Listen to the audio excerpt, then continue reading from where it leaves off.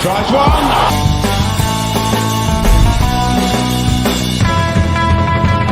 On the power play, Sakic fakes it, takes it, scores! Joe Sakic, power play goal! Welcome, everybody.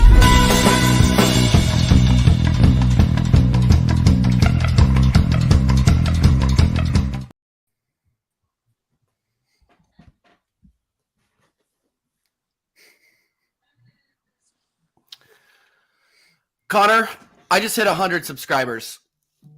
Let's go. First milestone, man, but wish it could be I better. could not care less now. I appreciate the support. Love everybody in this community. Love all you folks that have come and subscribed to my channel and are good with listening to this American guy who lives in Kansas City, Missouri. His rants on Arsenal football, but I am just so drained and so still upset about what we just watched a few hours ago. I'm going to post a link in the chat here in probably about 5-10 minutes just to get everybody in here and have our say. We're going to go for about an hour and a half, and then we're going to hop over to the Arsenal history and more and talk some shop with Jess Collins. But yeah, I'm giving it over to Prince here, and then I'll fill in the gaps because I saw Prince on Del Boy's channel earlier. Sub to Del Boy if you haven't already. And the points that Prince made earlier, me and him don't agree on everything. We have friendly disagreements on who should be in the club, who shouldn't, who should be in the lineup, who shouldn't. But I don't think I've ever been more on the same page than I have with Prince than we currently are today. So Prince, my brother, please take it away. Yeah, today's game, man. I blame the manager for the substitutions. I think he got everything. I think he got it right with the team you won and the Trossard, but I think he done it the timing wasn't right. I thought second half, like first half, we controlled the game. Zinchenko was going in, we controlled the midfield, like Connor was saying earlier on. But then, like 10 minutes into the second half, or 12, 15 minutes in, you knew Arsenal needed something because they come up, and we give away a penalty. Then when we give away a penalty, Salah missed. I thought, there's the sign there. Bring on Kieran Tierney, take off Zinchenko, bring on Trossard. Do you know what? Just do something. And it never happened. And then, we threw away a 2-goal lead. But then I look at it again, you think, but we are lucky. If it wasn't for Ramsdale, we would not have won that game. We made some world-class saves today, like the one when he come out, when the ball dropped to him, and it was the Goppa at the ball, bam, he won that. The one-on-one with Nunes, the Salah shot. So he has like what's it called? He has like done his job. It's just disappointing because we're in control of the game and we're 2-0 up and we haven't lost the lead away. And Xhaka, he went back to the old Xhaka. Like I think like Connor just said just then, it's like he wants a center of attention. Like, oh, it's always Xhaka. It's like when Alexander Trent did that to him, he's like he went like wanted to go and battle it. But then when Konate fouled him, he didn't do nothing. So what was the point of the start of making all that big fuss and getting the players involved and making it right and making it all about you? And he was like, every time he got touched, he was going down like a sack of bricks. Ref. Man, concentrate on the game. Don't rely on the referee. These kind of games, you're not going to get nothing. And I know people are saying, oh, the ref was terrible. He was terrible. But you expect that away in Anfield as a player. Because we haven't won there for 12 years, for 10 years. So you expect the worst of referees. I'll look at the positive sides after. But first, let me look at the sides of everyone else. Lads, you're saying now, bruh. Go. What you got to do? What do you got to do? Nah, man, I want to give it over to Connor because Connor was making some good points backstage. And I'll fill in where he doesn't, but I'm pretty sure he's just gonna knock this one out of the park. So Connor, my media guy, welcome back to the channel. I know how you're doing. So why don't we just get straight to it? Yeah. Well, I've got to say thank you first for obviously having me on. Of course. Also with Prince Fad, love Prince Fad. He's Great, you're a great laugh, mate. You're a great laugh. But yeah, I think emotions have passed now. I think I'm a bit more steady now. But yeah, looking back on it, there's positives, but there's a lot of negatives. First thing I've got to say is Aaron Ramsdale. That performance he put in today shows why he should be England number one.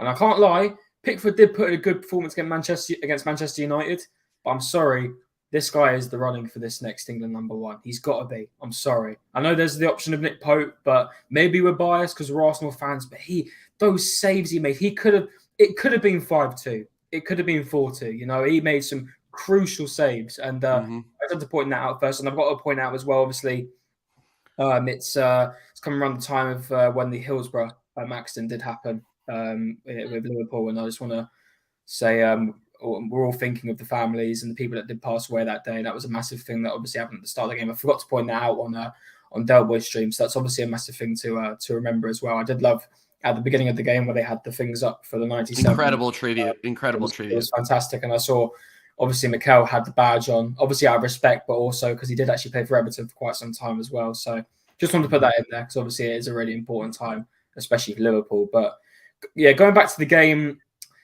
yeah, it was a bit of a weird one. And I've got to say one thing. Rob Holding was pretty decent today. I can't say one bad word about Rob Holding. He really put... Can't. There's other people that I'd named before him that were poor, and he done very well.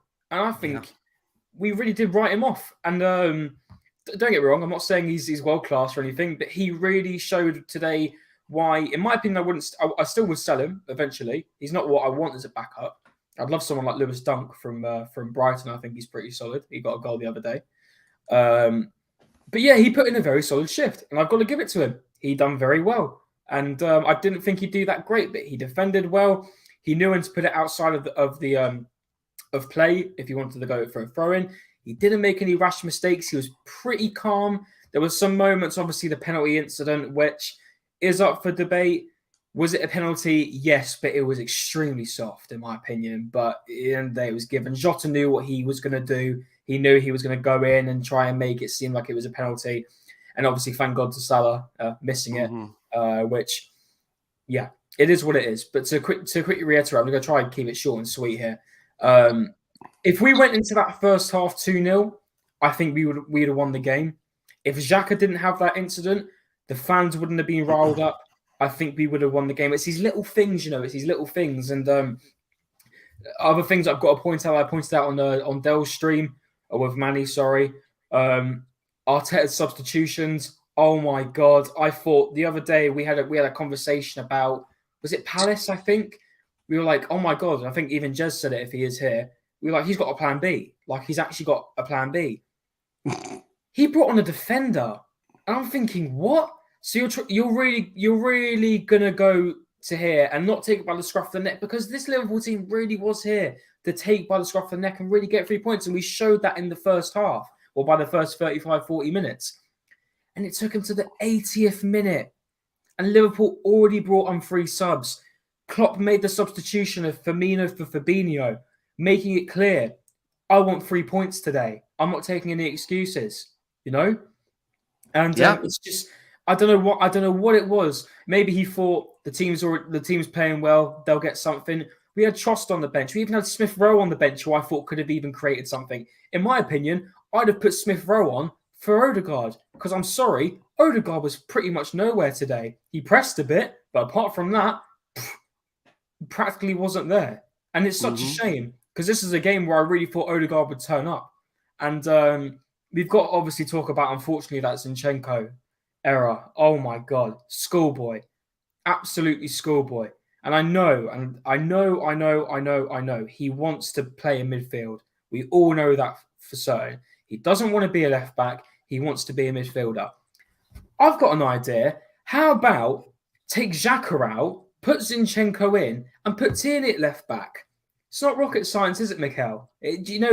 Just because it might hurt Xhaka's ego that you take him out the side just for a game to see if it works, and put Tierney at left back, a man who deserves to play, a man who I think should leave the club at the end of the season, because it's absolutely disgraceful how he's been treated by Mikel this season. And I don't really like to rip into Mikel Arteta this season because he has done a pretty good job. But with this Tierney situation, it's disgraceful. And I really hope he leaves this summer, goes to a team and absolutely kills it out the park because he deserves it. And he's a quality left back.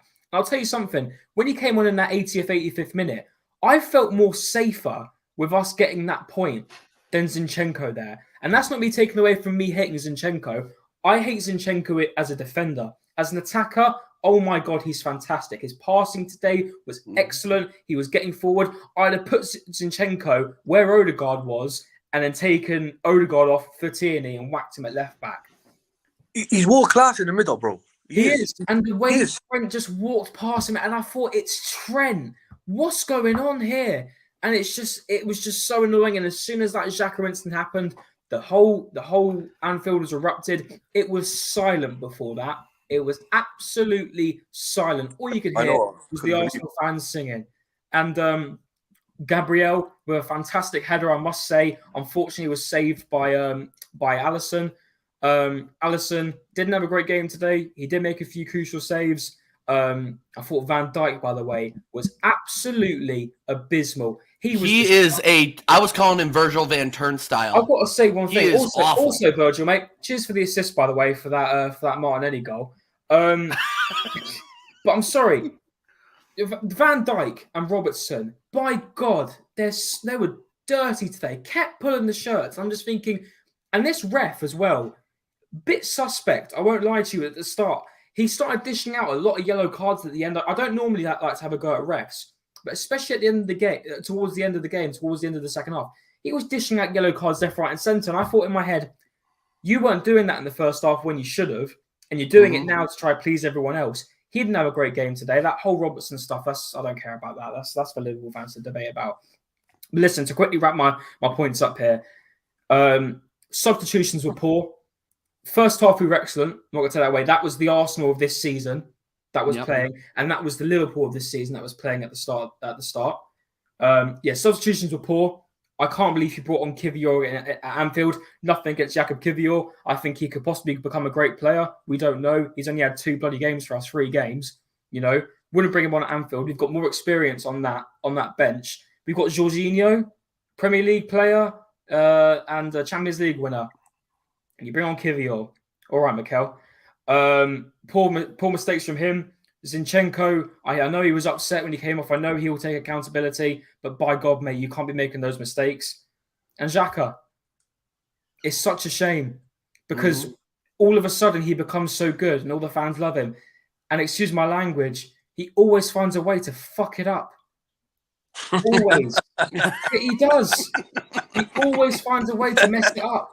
He'll be on such a good run and the fans will be blessing him. But then he messes it up again. And then he'll post on Instagram about how we need to regroup. And I said this to you off stream, TJ. Granit Xhaka posted a while ago this quote of, we'll regroup, we'll get back together. And this screams of last season when we were in that top 4 race and we bottled Newcastle and we bottled Spurs. And I can distinctly remember our players on Instagram and Twitter, we'll get there. We're together. We're a team. Don't get me wrong. I think we'll do very well in these next 2 games against West Ham and Southampton because we should be beating them clean sheets and 6 points like no tomorrow. But I don't want none of this. He should be taking accountability of what he done. He should be saying, I'm sorry. I shouldn't have done it. But he hasn't. And it's a shame. Listen, Liverpool were there for the taking. We done that in the first half. If we walked into that second half 2-0 up, I think we could have won it. If Xhaka didn't do what he done, I think we could have won it. But hey, I agree. It played out like it did. We've got Manny here. By the way, Manny, you done a fantastic job on Dell's stream. Well done to you, sir. Excellent job, Manny. And, listen, let me just say something. I mean, there's a reason why it's called Del Boy Gunner TV and not Manny Gunner TV. Obviously, I think a lot of panelists had to drop out quite early, and it's not easy trying to sort of keep track of how many people have to stay and how many people have to go. And I'm only sorry I couldn't get an opportunity to let you shout out your channel, TJ, but I did mention you. I did mention Fuad. And, you try and make do with what you can possibly do. But once again, thank you for having me on. It's good to keep talking to you. Yeah, Manny. No, I just want to say the way that you host these different channels and with the ease that you do it with, it really is something that I look up to, and I'm trying to tailor my abilities around. So watching you do your thing it really is a treat. So great job again, and don't worry about me not shouting out my channel. I made way too many YouTube commitments today, but I am glad to be on with you again. I just want to shout out a couple of other people, and then I'm gonna go off just a tad, and then I'm gonna give it back to Manny because Manny, I have a feeling you're gonna mop up. But listen. Before you do that, let me just rush off for 10 seconds, and I will be back. I promise you. Okay, no worries. Okay, before I go off here, I want to shout out Amir, and I want to shout out Insman TV. I met these folks. They are Liverpool supporters. They're obviously, I think, a little bit happier than we are today because they got away with one. They got away with one today. But I just want to say, Insman and Amir, you guys, and Uncle Rod's over there in the WhatsApp chat, you guys just added me to. Incredible community of Liverpool supporters over there. Content creators, great people. So give these guys a follow. I know there aren't a ton of American content creators out there, but Amir is one of them. So give this guy a follow. He is a very, very knowledgeable Liverpool fan, and I need to get you on the American Idiot Show, my friend, very, very soon.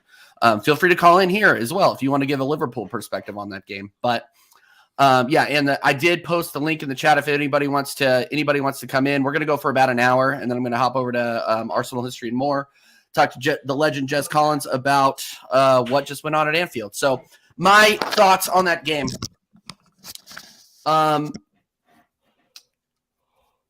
Mikel Arteta is to blame for that.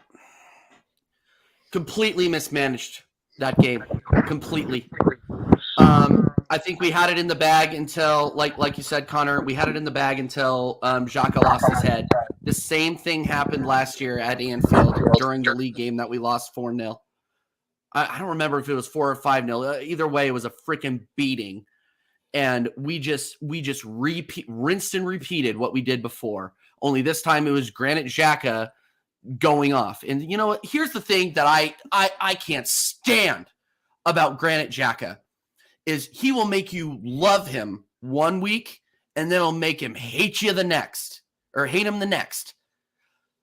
The selfishness that I saw out of him today, the absolute selfishness. And you know what? I'm not normally like a really, really negative guy, but I'm actually like angry because you saw what happened last year when Arteta did the same thing and you woke up.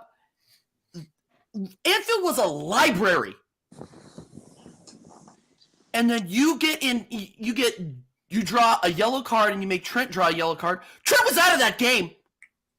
He was getting spun. Martinelli had him on strings. And then you give him life because he knows he's in your head now. And then you give the rest of Anfield life. And now it's as loud as a freaking rock concert in there. They're going crazy, and we lost momentum. Inexcusable to me.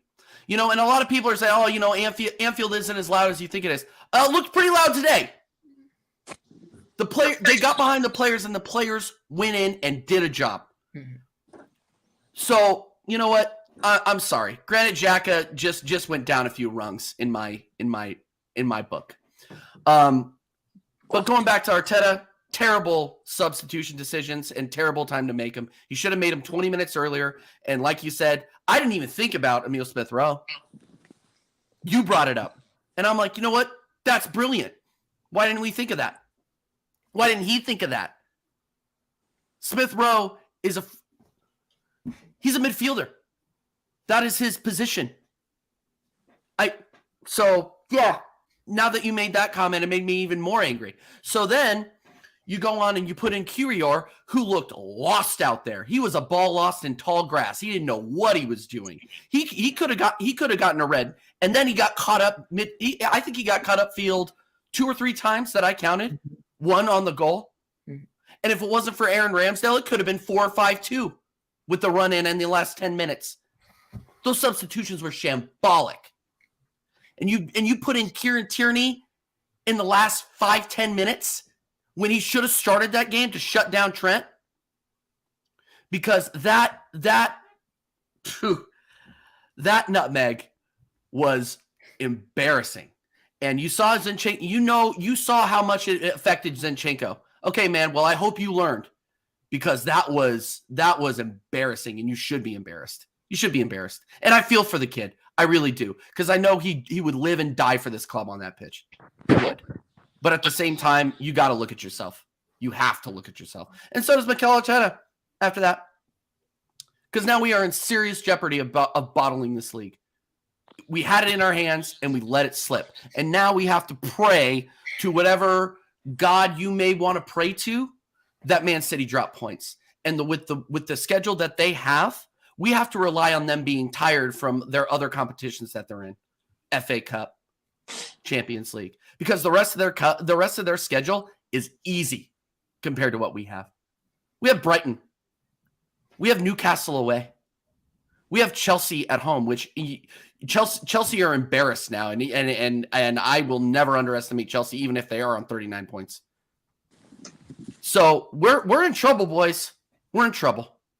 And, I'm normally a really, really positive guy. I've got a lot of really good things going for me. Just hit 100 subs again. Thank you, everybody. I'm going to keep thanking everybody because I can't believe that actually happened. But, I just wish I was a little bit happier for the occasion. And now I'm just tired, exhausted, and frustrated. So with that, Manny, give us your thoughts. 2 points dropped. Simple as that. I really can't say too much more about that, really. And, there is always a part of me that thinks that at least we didn't lose. But it's another game, TJ, where we had so much positive publicity going into that. Liverpool have had a poor season. This is a dreadful team. And certainly if they started with TAA at right back, which Klopp ended up doing, then we would definitely give them a horrible time. Virgil van Dijk never should have started. We gave him a horrible time. And, we would simply walk all over them. This was an opportunity that we had. One of the best poems ever was, I believe it was Dead Poets Society. And certainly the ending was one to make your hair stand on end. Robin Williams, may God rest his soul, had that wonderful quote, Carpe diem, make sure you seize the day. This was Arteta's chance to seize that day, and he failed to do that. And so while we can talk about the ratings for the players, Arteta has to get a low rating for how he mismanaged the team. I'd give him a 3, because one of the videos which is sort of running the rounds on Twitter right now is a video of how he motivated his team, supposedly, by reminding them of how he was a part of that team that lost 5-1 in 2016, leading us to surrender the league title to Leicester City that season. He said, I surrendered that game and went into a shell. Please don't do the same. And a lot of people have pretty much had a field day with that, saying he pretty much proved that he was a poor player for Arsenal, and he never really should have been considered to come back to considered to be manager for the club, coming back in that capacity. And this should have been an opportunity for us to really take the game by the scruff of the neck, especially in the second half when, even after they scored, we should have shut the door on them, and we failed to do that. A manager like Pep, for all of his tactical limitations, which Arteta shares, funnily enough, would have found a way to close that out. It's easy to say that he has the players, and yes, he does have the players, there's no doubt about it. But you sometimes also have to have the wherewithal to say, you know what, we're not letting you back into the game. And that second half against Southampton pretty much proved it. Even when they conceded a goal, they went back and won a penalty. Do you see this team doing that under Mikel Arteta? I don't think so. And that is really something which sums up Arteta's failings as a manager, and also sums up why we aren't going to have problems winning the league. Once again, we have to depend on City slipping up, but let's bear in mind, and I said this twice on Del Boy Stream, We had an 8-point advantage. We had that wiped away with losses to Everton and Manchester City and that draw against Brentford. We now are 6 points ahead, but we played a game extra.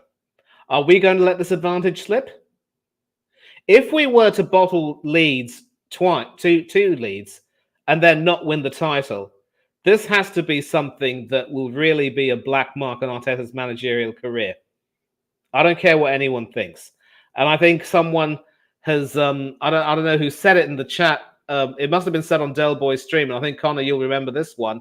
If Arteta bottles this league, this could very well be the end of his managerial career. So a lot of work has to be done. A lot of soul searching has to be done. And Arteta's going to have a real tough job on his hands to make sure he gets rid of that fear that seems to have engulfed our players once again.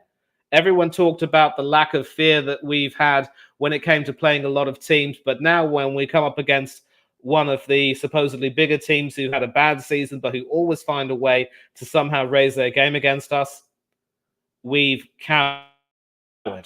We didn't seize the day. We allowed ourselves to be seized today. And this is the result. We can't have any complaints. Couldn't agree more. Couldn't agree more. I mean, it's one of those things where this manager has the entire fan base behind him, and then he does this. Like, I want to know what, and maybe Prince, you can maybe tell me, because I always call you the propaganda minister for Mikel Arteta, so maybe you can explain this to me. What is going through his head? Because I think for the last like 4 or 5 games, he's turned in 8 out of 10, 9 out of 10 managerial performances. But today, I think do you know what is with Mikel Arteta? And I think he's a lot. I don't really like the stereotype. I think it's quite a lot with a lot of, like, I don't want to stereotype thinking like I'm being. I think anything against the Spanish managers, but I think some Spanish managers sometimes, even with Guardiola, I think they overthink stuff. They overthink. It's like when for some reason sometimes, like, you're in a good position, you're overthinking. You can see he's overthinking, and then when he overthinks, he does bizarre things, like when he just was said, like, to Zinchenko, like, I mean, Tini was on the bench, Trossard was on the bench for like what, friggin'? He just overthinks. Like, I think he was like, you look how long it took Trossard to warm up. So, and like, it's like you got Tini warming up, and you put the other man on before him. So it's like, I think he just overthinks. But I don't want to be too. I don't want the Arsenal fan base to be too negative. I want to say something like to the Arsenal fan base and all the people watching live, and obviously the amazing panel we got today. I'm gonna look at it from a positive perspective too. All right, so I can bring a bit of positivity back into the chat. Please do. Lord knows I need it. Go for it. So I look at it like this. Okay, we drew the game today, but if we look at the bright side, or at the same time, we drew. But we're the only team to take 4 points from Liverpool. Man City went there, lost. You know, Man United, you know what happened to them. You know, everyone drinks 7-Up in this group. You know what happened to them. You know, and Chelsea went there and lost. And I think the only positive I look, I think, Mikel Arteta, today you king the bullet on, and then you got away with it. Because reality is Liverpool should have won it. But you got away with it. Going to Man City, you can't make the same mistake. You have to sacrifice something. And if that means Kieran Tierney has to play left back because Zinchenko could play in the middle, then I think a lot of Arsenal fans will go there thinking, we've got a chance of winning the title. We've got a chance. If you're going to go there playing an inverted right against Guardiola, they know already what to do. He already knows what to do. But if you go there playing a solid left back and Kieran Tierney who's defensively better, because Zinchenko to me is a bad boy midfielder. You've seen today how he controlled the ball, how he picked the ball, how he pinged the ball. Like, you see this every week. All right, it's worked up to now, the inverted left back. But now it's the business part of the season. Now it's time for you to swallow your pride and think, you know what, Zinny, you're going in the middle. Xhaka, big games, you spoiled it for us. Because if he plays Xhaka in Etihad Stadium, you mark my word, I guarantee you it's going to be something to do with Xhaka. You heard it from me first. I hope I'm wrong, but every time we go there, Who gets sent off? Who gives away a penalty? Who assists? Who goes down every 2 minutes at the wrong time and lets it counter us and hit us? That's why we don't win there. So it's Mikel Arteta now got to learn off this, and I hope that Mikel Arteta learns off this defeat. Or not defeat. I mean, to me, it looks like a defeat because we were in control of the game. It feels like a defeat. Yeah, it feels like a defeat. I think it feels like a win towards Liverpool, but a defeat towards us. They're Liverpool fans, but we're still at Anfield celebrating. Shameful. My nephew done my head in, bruh. Also, I want to quickly point out, Prince, before we finish. I just saw a video. Did you guys catch? Land, bro. Did you guys catch that clip of the penalty that Salah took, and Klopp was turned round? I saw it. He thought they scored, so he was like that, and then he turned around. And he was like, "Oh, yeah." Like, I'll tweet from that out. Sorry. Yeah, that's because I think the away fans were so loud. Like there was no reaction. And all you could see in the corner was the south end going absolutely fucking nuts. Yeah. And then the rest of the stadium was quiet. It was unbelievable to watch. That is hilarious. Though, like I've had this debate with my mates for quite a while between Konate and Saliba.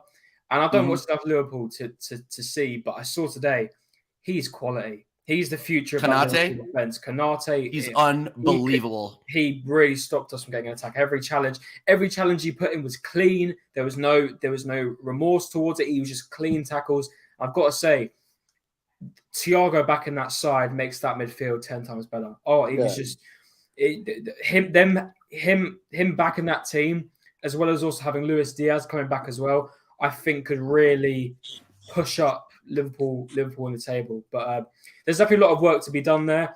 I think Nunes definitely needs to work on his finishing a bit more because he could have scored again today. But again, great goalkeeper from Ramsdale. But I just had to point it out because I did definitely see with the substitution of Thiago, definitely played into their hands, especially with the midfield battle. Because I'm going to be honest with you, I expected to walk into this game battle just dominating that midfield, and we were doing that in the first 35-40 minutes. And then as soon as they did bring on Thiago in that second half, it did all switch up. But I've got to say, credit to Thomas Partey, actually. Really held his own today. Really did. He really did hold out. I think it was Luca done a comment earlier about who he said were the best players. He really did put himself out today, and he was very controlled, very calm, much better. And I've got to say, that bit of trickery from Jesus, the flick over off the head, the control, unreal, and the no-look pass. We've got quality there. And I'm really happy to see him scoring again. It just would have made things so much better if we won that game. And I know we can go back and look and say, if this happened, if that didn't happen, if this happened. At the end of the day, what happened, you know. And unfortunately, what happened really changed. It's crazy how just a little knock from Xhaka can change the complexity of the game massively, right. And it's a shame. And you got to give it to them. I think the players that did stand out, i.e., our front three, a few of them, I'd say Partey, even Holding and Gabriel, and even Ben White, really, really stood out today. I think they were all good. I think it's just a shame that the people, I'd have to say, Xhaka, Odegaard, and Zinchenko really let the team down today. Those three people, because unfortunately Odegaard, he went missing, and it's a shame because he's been so good these last couple of games, and it's just, and I hate to dread that he's going to become a Mesut Ozil because I really think he's got a lot of talent to show. It's a shame. It's a real shame, and that's what I said to put your point out there. He does tend to disappear, and I don't want to go too far off, but I just do want to shout out a couple of people in the chat that have not been to the channel before. Lokman, Levy out. I'm a big proponent and big fan of the Tottenham Away channel, the Tottenham Away guys over there. Excellent community, great guys. Stell, Stell and Henry and who else am I missing? Danny and all those guys over there. Great people. Freaking Will Stewart as well. Great guys. I will say one thing about Spurs fans. You guys do have passion. I will give you that. But at the same time, I cannot stand Spurs. But thank you for coming. Thank you for coming over to the show. Welcome. Thank you. Yeah, Levy out for sure. Yeah. So somebody I think it was Tony Claude replayed my little rant that I had a couple of weeks ago on the American Idiot Show about Rob Holding, about how I want him in the job line this summer and nowhere near Arsenal. He was nowhere near the worst player today. Nowhere near. People, and I want to get Manny's thoughts on this too. I just want to give this just a little plug. I am objective when and I will give flowers when they are deserved. There are a lot of people especially in Lee Gunner's chat today, talking about how Rob Holding is shit and how he was playing terrible and how he's playing garbage. No, that's a narrative. That is a narrative because Saliba is out, and obviously everybody wants Saliba in over Holding, but Saliba may be out for the rest of the season, so Holding may be who we have, okay? But you got to give Rob Holding his flowers today. He cleared the ball when he needed to clear the ball. He did not make any stupid mistakes. Yeah, I'm not sure about that pen, and I'm not going to get into it because I don't think I have enough time. But I'm going to tell you what. I think Rob Holding was solid today. Yeah, he was solid. 100%. Unselfish. He was unselfish. Solid. He was solid. What do you think, Prince? And then I want to go to Manny. What do you think of Holding today? Holding done everything right. He won every header and every corner. Yeah. He intercepted the ball when he had to. None of the goals really was his fault. Really, if you think of it, none of the goals really was his fault. And he done a job. And at the end of the day, fair dues to him. We never lost a game. So give him credit because we haven't done nothing there for 10 years. So he deserves that credit by coming out thinking, you know what? He ain't our number one defender. He's our number two. Our number two coming in and done the job. That's how I see it. Yeah. Arsenal fans are more. Do you know what it is, bro? It's like I said last year. It's like they go off one game and they'll stick to that game forever. That's what they do, some of these fans. They go off one game. Everyone, even Jesus should have scored today and made it 3-0. Yep. When Saka put the ball thing. Put that cross across and he didn't get it there in time. He could have headed it. 3-0, game over. Bob's But I got to shoot off now anyway. But thank you for having me on. Manny, Con, and Warren, man. We'll catch up soon, man. Absolutely. Prince. Thank you again for coming on, my man. Manny, ma'asalama. It's always an honor to see you all. Ma'asalama, kad barakallah. Take care of yourself, as always, Ramadan Kareem. I'll see you guys in English. We say, I'm out, man. Later, all right, Manny. Yeah. What do you think? Yeah. You've said it. He wasn't the worst player on the pitch. Certainly not the best player, but he's been one of those players who knows that he has a sword of Damocles hanging over his head. To those who are familiar with Greek mythology, you'll know your Hercules anyway. And he's certainly that type of player who knows that he has to put in the shift and make sure he doesn't make a mistake. He certainly wasn't quite at fault for the goals, as Fuad said, and he certainly didn't put in a poor performance at all. Maybe the penalty probably was a little bit of clumsiness, perhaps, and I think looking back over that, it marginally was the right call. VAR didn't see it fit to get involved in that, but he put in the shift. But it's not going to be easy when you have that sword hanging over you and people are expecting you to fail. And I think the reason why people are sort of focusing on that one game is that because for so long that season, Holding wasn't even playing, but that also happened to be a game which we had to win. It was a big game. We needed to put in a good performance, and Holding went and did something like that. People always, that's the way it is. It's the clutch performances in games that count, that truly matter. And this game will probably, let people know that Zinchenko simply isn't the answer at left back. Of course, we are still sweating on Saliba's fitness for a reason, and if Saliba is fit in time for Manchester City, then hallelujah. But Holding isn't necessarily a bad replacement. I just don't want to see him show that tendency to try a little bit too hard, if you know what I mean.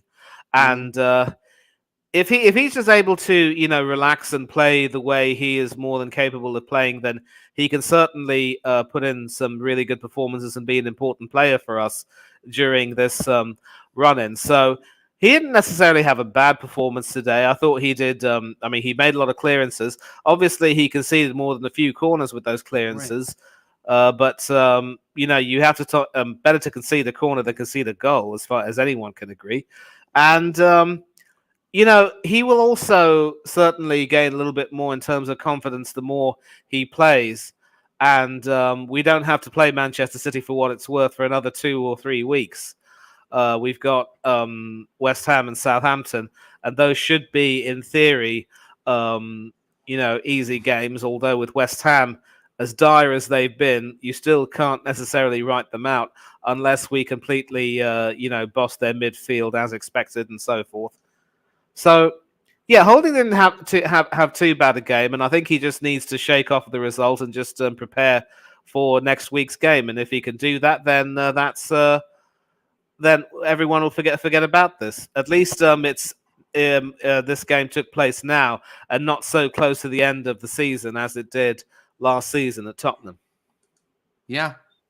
No, I agree. I agree 100%. And yeah. Oh, after I'm live. Okay. No, I need to address this just in case Luca can't get here in time, because we're going to have to shut this down probably in about 35 minutes. Luca, you changed your mind on this more than I care to even address here. You said 2-1 Arsenal, and then you went to draw, and then and then this morning I saw you were in Lee's chat going 2-1 freaking Liverpool. Okay, and then now you're saying that 2-1. I said it. No, you didn't. Stop. You said about 7 different things. And a clock is right twice a day, my friend. I love you. I've got to quickly point out, and I agree with Mama Flossie here. For neutrals, this game must have been fantastic. Oh, God. It must have been, especially that last 5 minutes in added time. Like, I was sat on the edge of my seat, heart racing. I swear to God, about 180 beats per minute. Like, I was like, please, like, if anything, just walk out with a point. Just do it. Just don't bottle it. But I was even watching on Sky, Jamie Carragher and Michael Richards and Roy Keane, all of them just saying that was the greatest game they've ever watched this season. So I didn't see it that way, probably because I was stressing half the time, but probably for neutrals, they probably absolutely love that game. Yeah. But, no, it was an absolutely incredible game to watch, and I'm not, I kept saying I kept checking my left arm and pinching myself just to make sure I wasn't having a heart attack. Like, is something burning in the kitchen? No, my wife was just making breakfast. It's just one of those things where you were at the edge of your seat the entire game. And if I was a neutral, I would have loved that too. But again, big up Mama Flossie for being here. Mama Flossie, you never have to apologize to me for anything, for being late or anything else. Thank you so much for being a mod on my channel and a lot of other people's. You are a key part of this community. Big up Carlos. I've been seeing you in here a couple of times. Big up Carlos. Thank you for being here. And of course, my mod with the most, Jamino.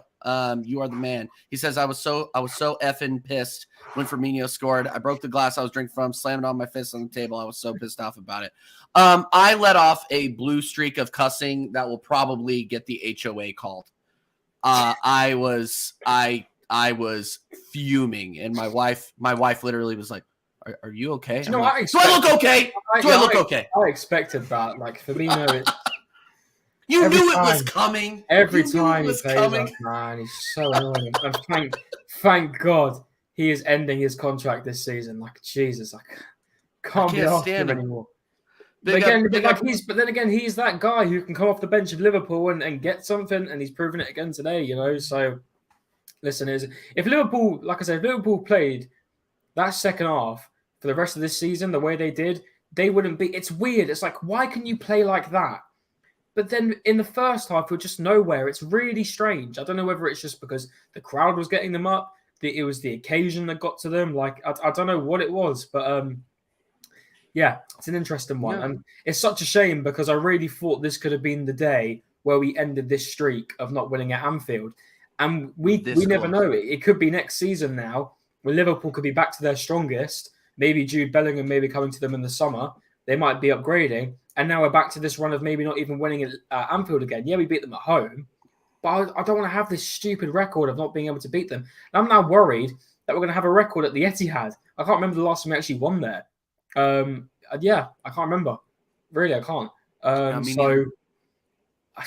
might even check it while we go into the next segment. No, and I'm checking into this question from Anthony. Anthony, thank you for stopping by, my friend. Big up. I see you in the channel, or I see you in our Instagram chat. And you always have really good insight. This is a really good question too. Don't we have one of our CB missing, so our center backs missing in the West Ham game through yellow cards? No, we will not. I did check this out. Sky Sports says that Xhaka is on 9 yellows, Saka is on 7, Odegaard is on 5. So if anybody's in trouble for getting a suspension, I think it's Xhaka. But you know, I already went off on Xhaka, so I'm not going to waste my breath on that anymore. But no, we are not. Long story short, we are not in any sort of suspension or yellow card trouble. But great question. Jamino, Jamino, let me ask Chaz. I'll get you in, man. I'll get you in. You've been out of it for way too long. Got a noise complaint from my neighbors as well. Yeah, well, you know, that happens when you have passion, you know. My neighbors are Celtic fans, or they're either Celtic or Rangers in Scotland. So they're loud anyway. So if I'm loud, there's nowhere near they're loud. Trust me, especially the other day in the Old Firm derby down in Scotland. Right. That was things. So yeah. Arsenal forever says top 4 was always the aim. I'm just so worried. Somebody take this one. Yeah, I'm just so worried that next season I'm just so worried that next season it's not going to be this again. You know, it's like I know we've got a really good team along our sides. Do you know what? Maybe it's just a case of we're all just overthinking because obviously the evening's got to us. You know, we don't know where we could be in the next 2 weeks. We could, fingers crossed, have 6 points on the board, and listen, the Premier League can take us anywhere. You know, but I want top 4 every year because obviously we've got Champions League next season, guaranteed. Thank God. But I really hope we can now. Well, this isn't the Leicester thing. I really hope we can now consistently build to challenge every year. Of course, we'll have stumbling blocks. You look at Liverpool. Look at that. Like, they've had a massive stumbling block this season. I don't think they'll be competing as much as they think they would be, but never know. Yeah. But I really hope that even if we don't have Arteta here, that we will still have a manager who can get us competing every season, because that's what Arsenal Football Club should be doing. That's what Arsenal Football Club was doing previously. Unfortunately, I wasn't alive for that, and I wish I was, because it must have been a hell of a time to watch this football club.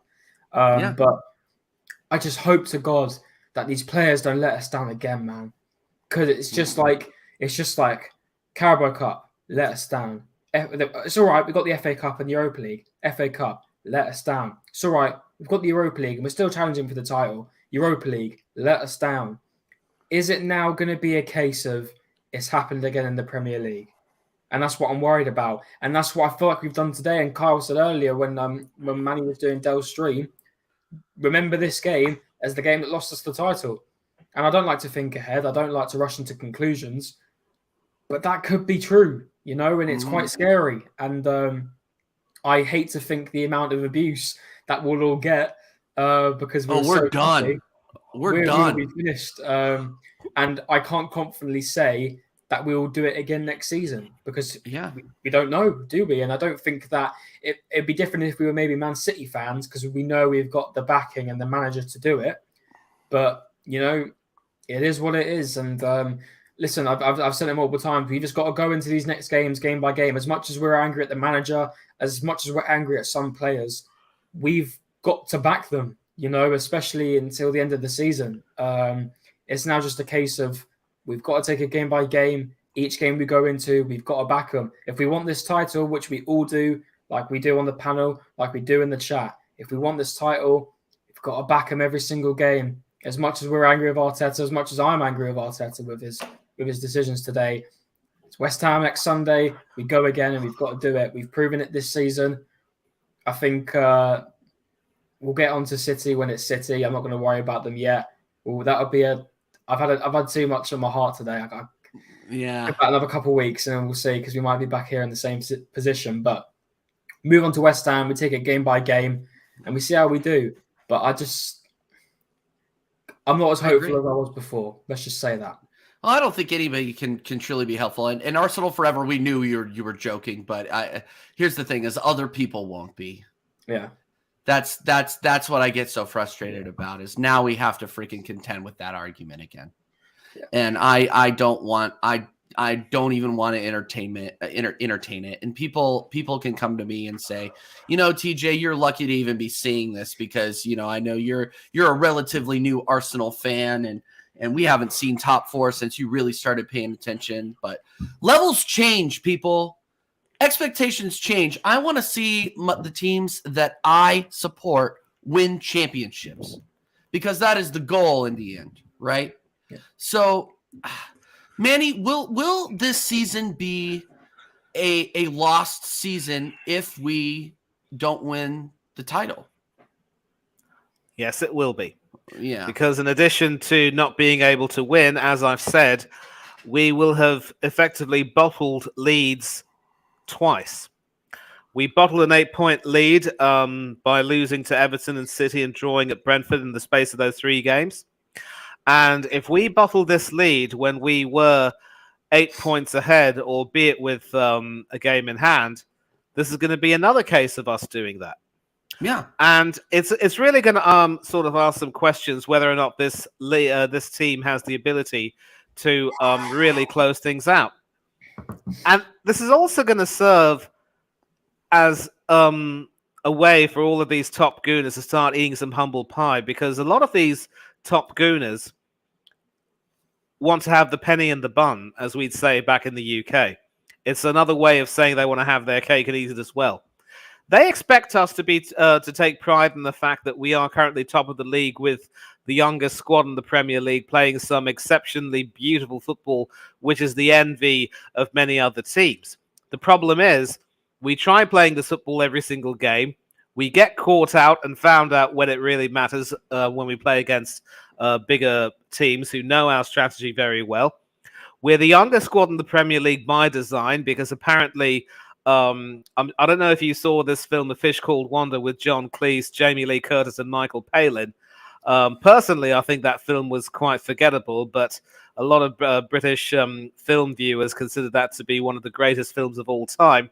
There's a scene near the end where Kevin Kline has John Cleese at gunpoint, forcing him into a barrel full of water and oil, about to shoot him. And before he shoots him, he says, "Your problem is that you don't like winners." And I'm not going to go into detail as to what happens after that. We all know what happens. But it's kind of true because he brought in Zinchenko and Jesus, who were winners he knew.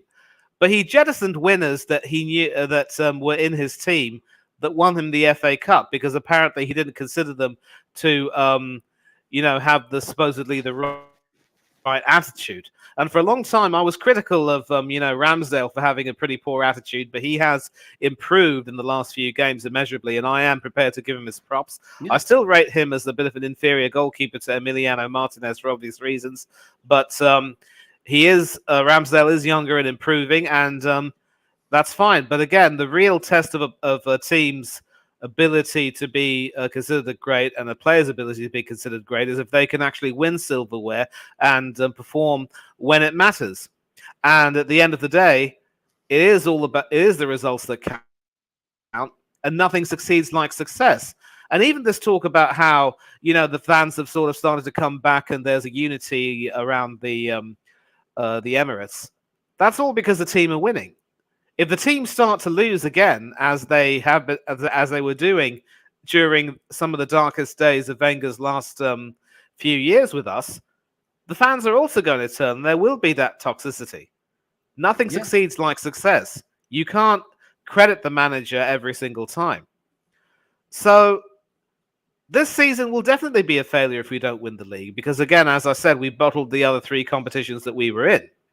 And to bottle this league and not win it after having really comfortable leads twice would be a real failure. And so that is where Arteta will have to answer some hard questions. Would you rather have a young squad who you can supposedly mold and develop and really, make them the envy of the Premier League, but only to see them fail to win any silverware? Or would you rather have a squad which has a better balance of youth and experience, and winners who are more than committed to actually dragging the team forward, even if it means that they may clash with you at times. Mm-hmm. The best managers deal with tough characters, and the best characters also know how to channel their idiosyncrasies towards winning matches. Arteta just doesn't want to strike that balance. He wants to have a team that it can be molded into his image, but he doesn't want controversy. He doesn't have the power to really clamp down on people at the beginning and say, this is the way things are going to be, and I want to insist on strong discipline at the very beginning. That's what big managers do. They don't take action after the fact. And that's why Arteta will never be considered a great unless he can actually win something, because at least if he wins this league, he can at least silence a few of the doubters, but he also has to accept that he has to build on this. And if we fail, more and more questions are going to be asked. The fans are going to go into meltdown, and a lot of fans of other clubs are going to make us a laughing stock all over again. Do we really want that? No. Yeah. Well said. And I would say it's probably, if we do lose, it will be probably one of the biggest disappointments I've ever seen as a sports fan. I mean, just the sheer amount of momentum that we have coming into this was I can't even bring it to words. I thought because obviously I was born in 2003, so I haven't witnessed properly, remembrance wise. I haven't actually witnessed an Arsenal lifting a trophy, and I thought the Europa League final was bad against Chelsea. Nothing compared to bottling this. Like I can't imagine it. Honestly, I can't. And it's scary times. Absolutely scary times. I want to welcome Anfield Uncle Rods to the channel for the first time. My man, this guy, I got to ask you, Uncle Rods, and Anthony, I'll get back to your question here in a second. Hopefully I don't have to answer that question.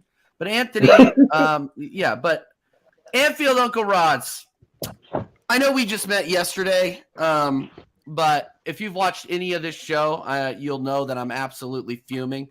But I would love to know what the Liverpool perspective is. And obviously, if you want to shout out your channel and kind of shout out what you're all about, feel free. And welcome to the channel, my friend. Welcome to the channel. It's my pleasure, my brother. It's my pleasure to be on this show. Do you know what I mean? I'm always here to lend support to people that's got channels. You know what I mean? You understand what I'm saying? Yeah, man, because the way I come up is that people showing support to me. So, you know what I mean? I'll give that back. You understand what I'm saying? So, like, It's a pleasure on the show. And obviously, as I said to you yesterday, any support I can give you, just ask. You know what I mean? I appreciate it, brother. I'll tell you, all right, I start from my channel, Anfield Uncle Rod's YouTube channel, do Liverpool content. Do you know what I mean? I'll be doing it for about 18 months now. I've been doing it. So, it's going very well. Do you know what I mean? So, like, come over. Take a look. Do you know what I mean? If you subscribe to me, I will subscribe to you straight back. You know what I mean? That's how it works. And as I said, any support I can give anybody that's on the panel, you know what I mean? Just ask me and I'll do it. Do you know what I mean? Or if I can't do it, I'll find a man that can, as I say. But the game. I thought Arsenal started off well. They're passing the ball with intent. You know what I mean? They caught us cold and stuff. You know what I mean? I always knew playing Arsenal today was going to be an uphill battle. It was going to be it wasn't going to be an easy thing, like, relatively easy thing like it probably has been in the past in certain games. You know what I mean? No, but, you know what I mean? Without sort of like being disrespectful, some of the games you can probably look at it and think, so, well, we got done. You know what I mean? And stuff. But so I didn't think it was going to be that type of game. Because I thought to myself, well, Arsenal are not at the top of the league for nothing, They're not at the top for nothing. You know what I mean? They've got to be doing something right. And that's something they'll be doing right. They'll be doing it right all season. Do you know what I mean? So, they're passing and their intent, they're pressing. Everything was on point in the first in the first half, the first 40 minutes, and then obviously we got back into the game by the goal and think that. I do think after we scored, I think the heads kind of dropped in some sort of way. Do you know what I mean? Because you didn't see the same intensity in the second half as what he did in the first half. Do you understand what I'm getting at? So if we did see that, we could be talking about a different story. We could be talking about 4-1 or 5-1. You know what I mean? As towards you guys. You know what I mean? Yeah. I do think I was saying I was on another stream before. I was trying to ask the guy. I said, look, this could probably determine whether Arsenal wins the title or not. You know what I mean? Don't quote me, but you can probably determine that. Because what I'm trying to say, when you're chasing for the title, you can't leave any margin for error. If you understand what I'm saying, you have to win certain games that you don't usually win. You have to win it. Do you know what I mean? And it was relatively this season, and they started beating teams that they stepped up against and stuff like your Brentford and so forth. You know what I mean? But when you come into Anfield in the day, right, and you haven't won at Anfield for 10 years, and you want to be champions of England, and you have to win that game. Do you know what I mean? And you guys will tune it up and I think that to get called back to 2-2. If I could speak, if it's me, if it's Liverpool going for a title, and that happened, and I will be disappointed. But on a brighter note, and everything that you lot played well. You played some good football in the first half. It's just that you need to carry that on. You know what I mean? You need to carry it on for the second half and take it over line. You know what I'm saying? I don't know if I'm making sense here, but no, Uncle Rods, you're making perfect sense. My question to you is when do you think Arsenal really lost control? Because we talked about it earlier in the stream. I think it's with the Xhaka and Trent incident. It was that. I think really and truly. I think at the day, you're Arteta. I think Arteta at the day pulls him aside at the half time and say, "What are you doing? Did you realise that I made that same mistake and everything, and now you're making that now? What you doing, running up the crowd and everything? And now at the end of the day, we got an uphill battle. Do you know what I mean? So I think at that time and everything that when he done that, if I was Xhaka, I would have just walked away. I was just walked away. Do you know what I mean? Don't give we all know what the Anfield crowd's like. You know what I mean? I'm a Liverpool supporter, and I know it's like, but other teams knows what the Anfield crowd's like and everything that, right? They get behind. This is why they're so special. They get behind the team. You know what I mean? They're like the 12th man, aren't they? Do you know what I mean? Yeah. When you go to Anfield and everything like that, you do not give them anything, so the crowd can get involved as well. Because once the crowd get involved in everything that, right, mate, you've got an uphill battle. And I think Xhaka should have walked away. And you know what it is with Xhaka? Xhaka's probably one of the most experienced players in that team. You know what I mean? Yeah. He's one of the players that has been playing at that team for probably the longest, one of the longest ones. He should know. He's not as if he ain't been to Anfield before. Do you know what I mean? He's not as if he ain't played Liverpool before. Do you know what I mean? He should have just walked away, mate. We need to go and do that. We need to go and move to a man like that. You got to move to a man like that at Anfield and a Scouser as well. And I also realised as soon as he done that, you knew I think even Van Dijk done the same. I think they had a little inkling to each other. Yo, let's rattle these guys because before you know it, one of them could get sent off now. Let's rattle them, and that's the problem with us sometimes because we've seen it before. I can't remember which game it was, but Xhaka lost his cool, and then Gabriel, because obviously Xhaka's the oldest. He is, in fact, you're right. He's the most experienced player in that Arsenal team in terms of the length he's been there. He has been in that squad the longest than anyone else in that team. If you're in a squad and you're say Saliba's age, and you see someone like Xhaka losing his rag against someone like Trent, you think, all right, I'm going to try and look up to him. You know, I might try to do the same thing, show my dominance. Yeah, and that happened when Xhaka got into trouble. I can't remember what game it was. And then Gabriel done the same, and then Gabriel got sent off. He got a red card. I don't know. Was it Brighton? It was sometime last season. But yeah, it's something like that. What so long ago was it? Yeah, and it's stuff like that that makes you think, why are you doing it? And it's proven that Liverpool knew what they were doing, the players, in the sense of they saw Xhaka at that moment with Trent. Then they were like, yo, let's now do it with all of them. Because then eventually one will get rattled. And then the yellow cards started getting dashed out, you know? And, so I feel like they won in that sense in terms of getting in the players' heads. But you're right, man. You're right. As soon as that Xhaka incident happened, the same as Jaminho said, that's when it all went flat. And it's a shame because you could see that first half was the Liverpool of this season. That second half was the Liverpool of last season. And it's you're right. I couldn't put it better myself. I just think sometimes you're right. When you're going for a title, you want this title of England, think that, right? It's not so much as like how much good football you play in a pitch. It's your mentality. Yeah. It's your mentality and everything that in certain games and everything that. Because certain games and everything that, right? The other team, the opposing team, will try to get you rattled and everything that, so you get yellow cards sent off and blah blah blah. Right? You have to be more savvy and say, you know what, I'm not going for it. You know what I mean? You ain't gonna get me in that trap and everything that, right? I'm gonna walk away. You have to. It takes his mentality thing, and you know what? At the end of the day, they probably look if Arsenal go on and win the title and from that, they probably won't look at that. They probably look at the sort of like the 2 saves and what Ramsdale's done. You understand what I'm getting at? They probably look at that situation and say, yeah, this is what got us over the line. But if they don't win it, they'll probably look back at Xhaka and what happened at Anfield and say, fuck me, we should have won that. Yeah. Do you know what I mean? So it's something to learn from. Because if Arsenal are ever in the position again, they know what to do. They know what to do next time. Do you know what I mean? If they come to Anfield and something happens and think that, they know what to do. They know don't bite, just walk away. Do you know what I mean? So it's a learning curve. But I expected at the end of the day, I expected better. Sorry, I expected better from Xhaka because he's the most experienced person in that team. He's the oldest and he's been there longer. I did expect better from him.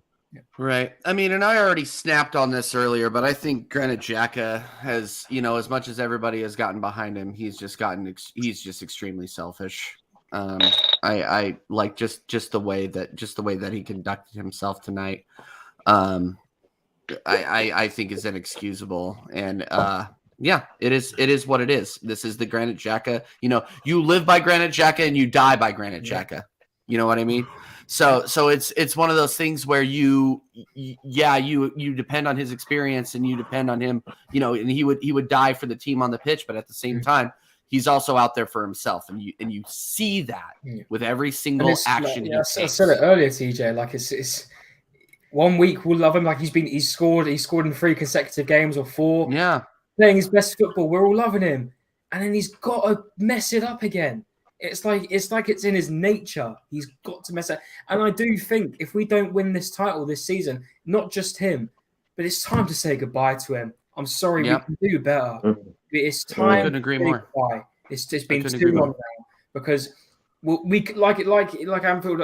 He said, we could, and even Carl said it earlier on Dell's stream.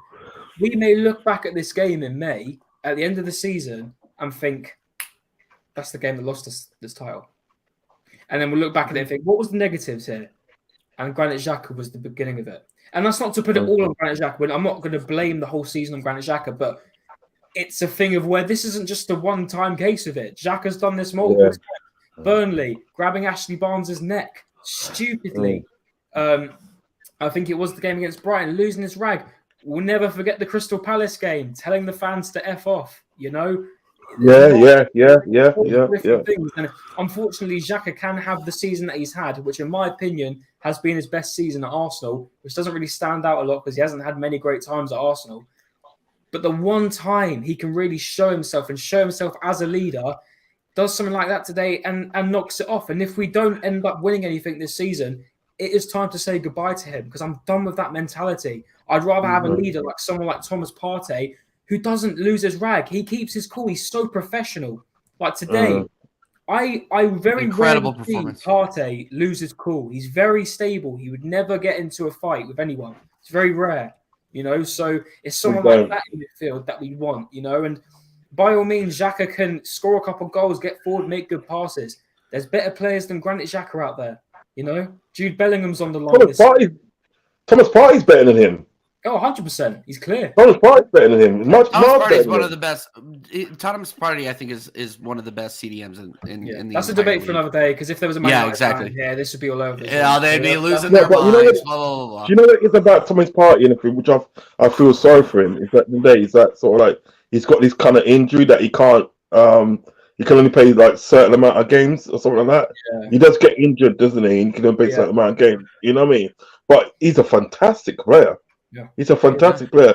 I would literally, if I'm the manager of Arsenal, I would give it to Thomas Partey, give the captaincy to Thomas Partey in a flash. Because if you notice at the day, right, when that fracas did happen, where was Thomas Partey?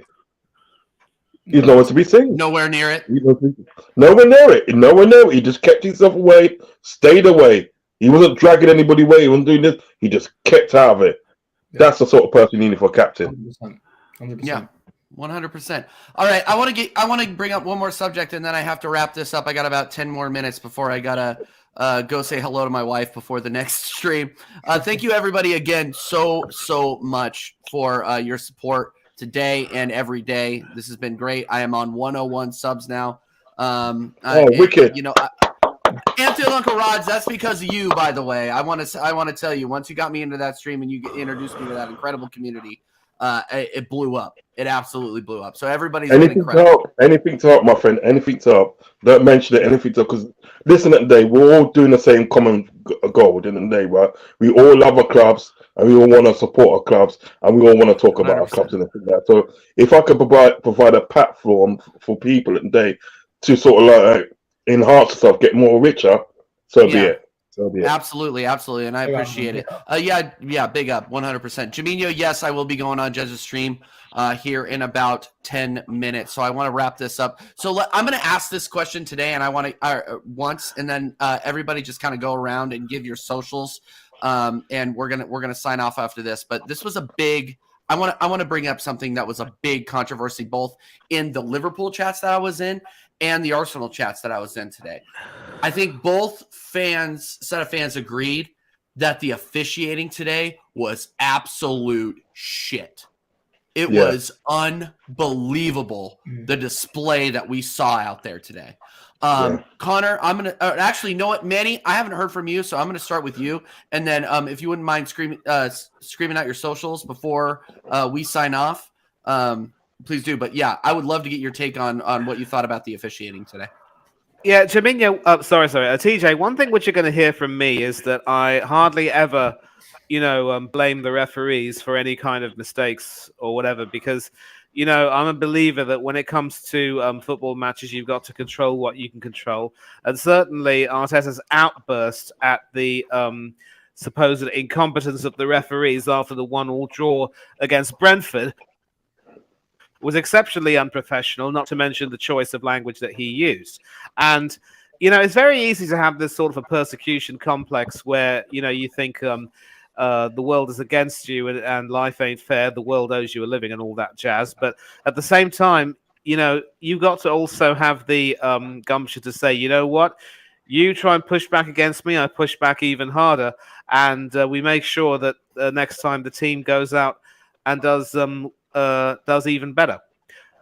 As far as Tierney is concerned, he did make some questionable decisions, and I thought he tried to let the game flow a little bit, but in the end, there were some fouls committed that he should have penalised, but failed to do so.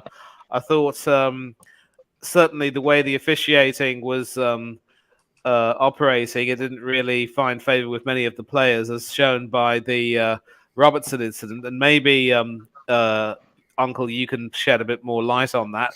But I agree that his performance wasn't really the best, but again, it's another case of this was supposed to be a game which we should have taken by the scruff of the neck and really asserted our credentials, and at the end of the day we failed to do so.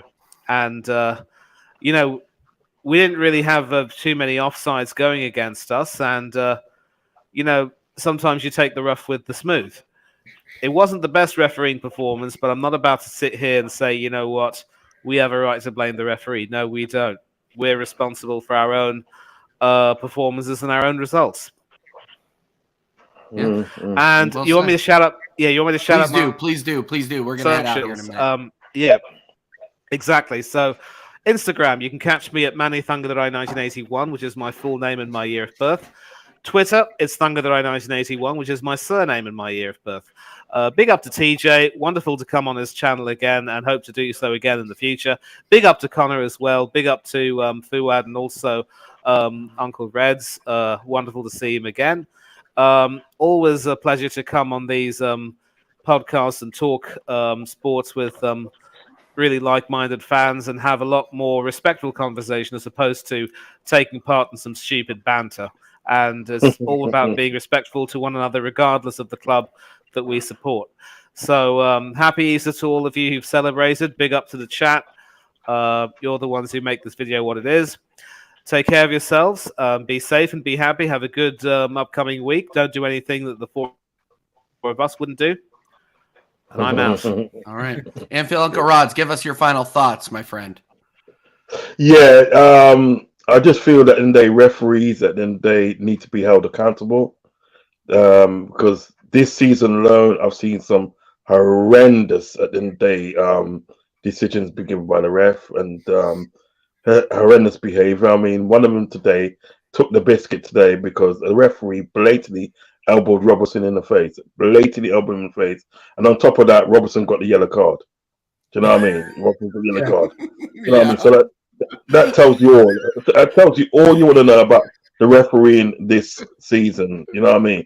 And if we go back to sort of like last season and from that, right, it's probably been just as bad. So I feel that the referees need to be held accountable for their decisions and need to be accountable for their actions, because at the moment now, what it's looking to me now is looking like these referees are above the law.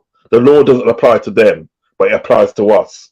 Do you understand what I'm saying? So yeah, that can't be right. So something has to be sorted about that, because you cannot have for instance, if a player, say Robertson and they elbowed and then they sort of like elbowed Gabriel in the face and everything that, yeah, he would have got sent off. Quite rightly so. Yeah. So how comes that the referee can go elbow a player and nothing happened to him? It's just ridiculous enough for that. So there needs to be some accountability as well. Agreed. So my socials and days, Anfield Uncle Rods.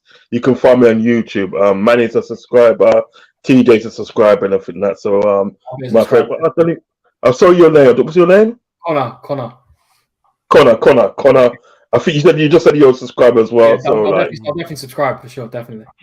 Yeah, wicked. So like this day, I'm on there. I'm on Instagram as well, chopping up on Instagram, Anfield Uncle Rods on Instagram, and also on Twitter as well. Do you know what I mean? It's just like great to be around people and they talking facts and talking sports. And as I said, anything I can do personally myself to help support other people that's content creating. Do you know what I mean? You know what? Just ask, and I would do it. And I feel like because we're all like brothers and sisters together in this sporting world and stuff. And I feel like, and it's like, as long as I got my platform and everything that, as long as people and they treat people with respect. If you do not agree with what's been said, agree to disagree. Don't be disrespectful, because I've got a policy and it's like I don't tolerate disrespect. Once you start disrespecting people in my platform, you're out. Simple as that. No second chance. You're out. Do you know what I mean? So like, yeah, you know what I mean? It's great to be in the show, TJ, and I'm looking to jump on your show Friday. I'm looking to jump on your show on Friday. We would love to have you. We would love to have you. I'll speak with Dell and I'll shoot you the link. Okay, 9 p.m. Friday. Okay. Definitely, but and thank you very much. And with that, you know what I mean? We out, man. We out, baby. Thank you very much, Uncle Rods, and my media guy. Last but not least, Connor. Give us your final thoughts. Yeah. First of all, I was going to say, Uncle Rods. I think I've got 2 Liverpool mates, right, and we don't get on. Me and my 2 Liverpool mates, we don't get on.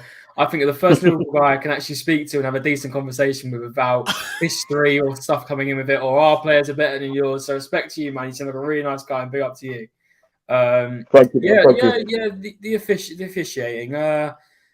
Let's not just talk about today quickly. Let's talk about yesterday.